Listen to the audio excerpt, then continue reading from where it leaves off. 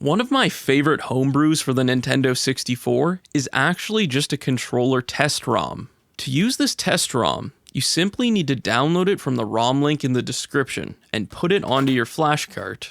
You might be asking yourself, why would somebody want to test their Nintendo 64 controller? Personally, I use this ROM out of curiosity. I like to view the health of my controllers or investigate how oversensitive and bad my third-party controllers are. When you first boot up the ROM, you can test all your different buttons and even test the analog stick and know what maximum values am I hitting on the X or Y. It's really useful information, especially if you have a controller that's acting up. Then you've got a little screen here where you can check, oh, is a part of my analog stick not working correctly? I don't really use this section too much, but it's there if you want to use it. What I use this ROM for, though, is the control stick benchmark. It lets you find out how good your stick actually is.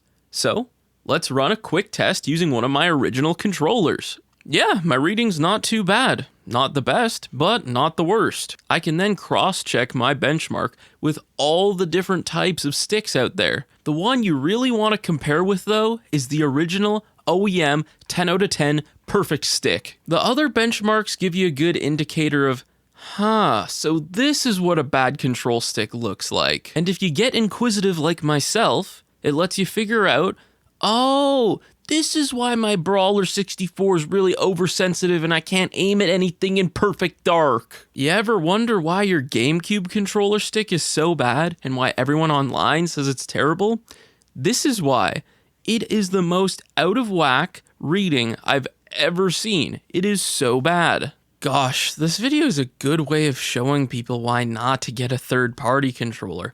Almost all of them are out of whack, like these ones. So you might be watching this video and you're like, so what, man? I don't care that my controller's a third party with a messed up oversensitivity. I don't care. Well, you should care.